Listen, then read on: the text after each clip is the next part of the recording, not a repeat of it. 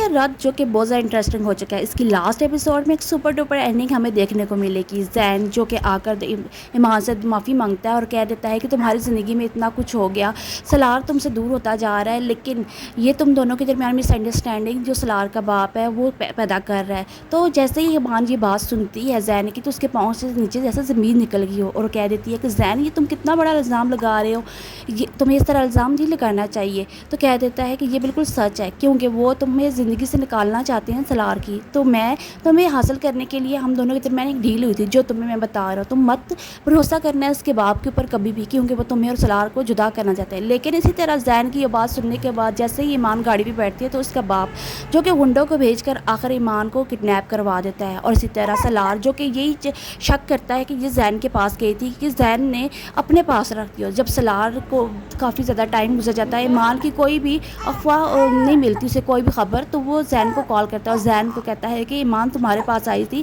صرف اس لیے کہ کیس کو معافی کروا سکے, لیکن میں نے اسے منع کیا تھا تمہارے پاس نہ جائے. تو ایمان تمہارے پاس تھی تو وہ ابھی تک لوٹ کر نہیں آئی. تو زین کہہ دیتا ہے وہ تو میرے پاس سے کب سے چلے گی. لیکن اسی طرح سلار جب پولیس پہ انفارم کرواتا ہے, آگے پیچھے چیک کرتا ہے, تو اسے کسی جگہ پہ بھی ایمان نظر نہیں آتی. تو اسی طرح اپنے گھر میں پوچھنے کے بعد آخر وہ اس بات تک جاتا ہے اپنے باپ کے پاس, اس سے پوچھتا ہے کہ ایمان کہاں ہے, کیونکہ اسے یقین ہے کہ یہ سب کچھ کیا ہوا میرے باپ کا ہو سکتا ہے. دوسرے نمبر پر میرا باپ ہی ہے جو میری زندگی سے ایمان کو نکالنا چاہتا ہے.